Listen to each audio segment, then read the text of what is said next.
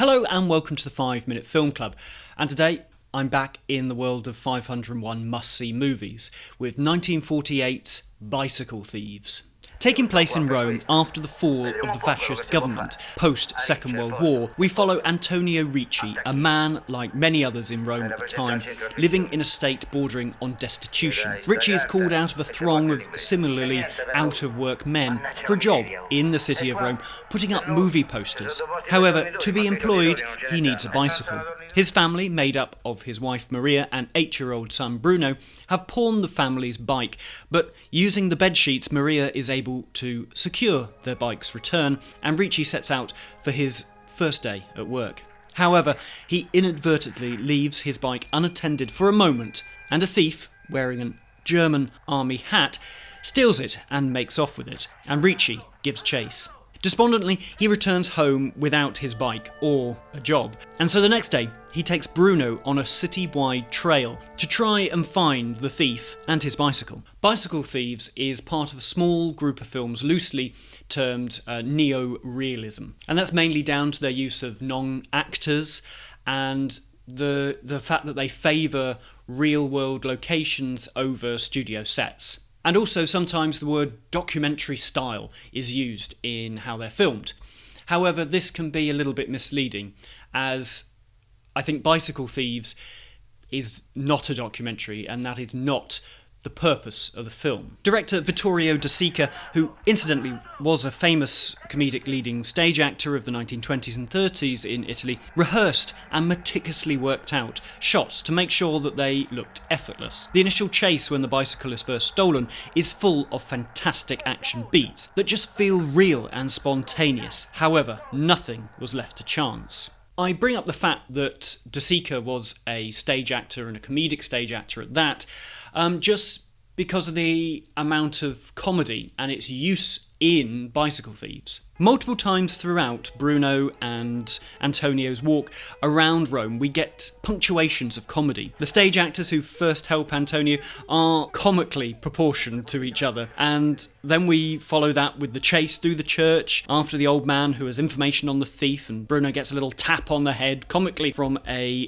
priest giving a confession. And then, of course, we have Bruno attempting to have a wee up a building, which caused great problems on the American censor board when it was first released in the States. All of these moments of comedy, I love them, but they're all followed by moments of pathos as well.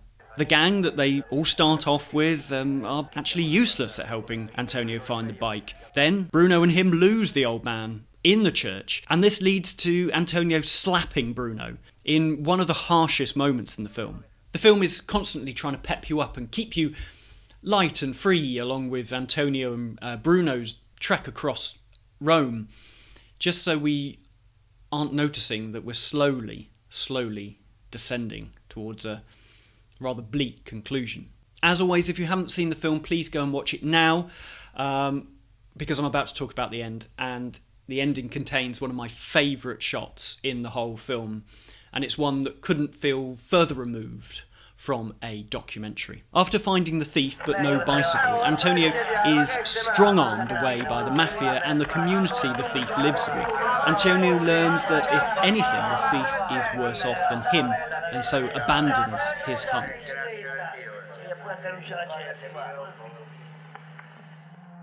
Outside a football match, however, he comes across a bicycle alone in an alley. De Sica films the turmoil coursing through Antonio with great elegance and subtlety, gently switching between extreme depth of field shots with a pacing Antonio in the foreground. He sends his son away as he decides to steal the bicycle and thus bring the story full circle. However, Bruno witnesses his father's final descent as he goes hurtling past on the stolen bicycle, being pursued by its owner and his friends. The shot is an amazing tracking shot that wouldn't be out of place in a Spielberg.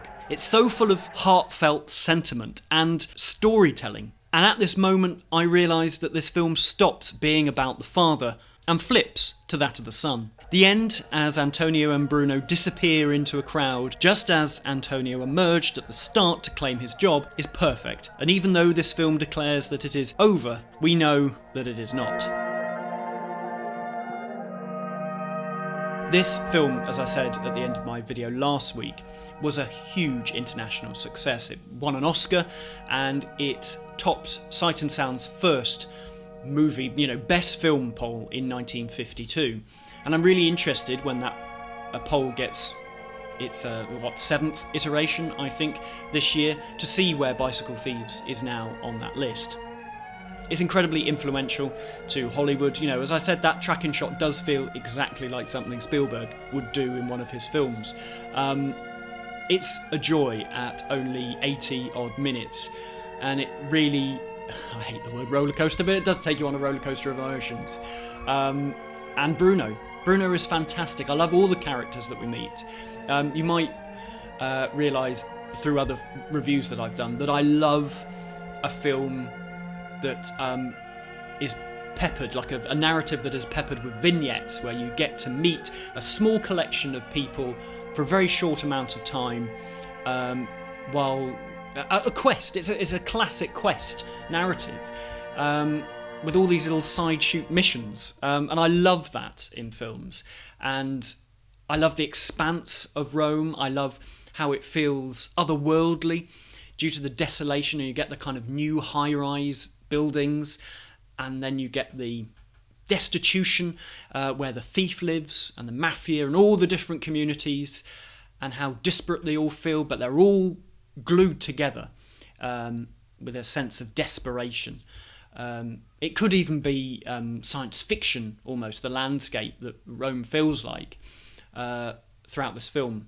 It's beautifully shot on real locations and gives you a snapshot of what Italy was like. But still, this isn't a documentary, this is a film. This is a narrative construction, all by De Sica.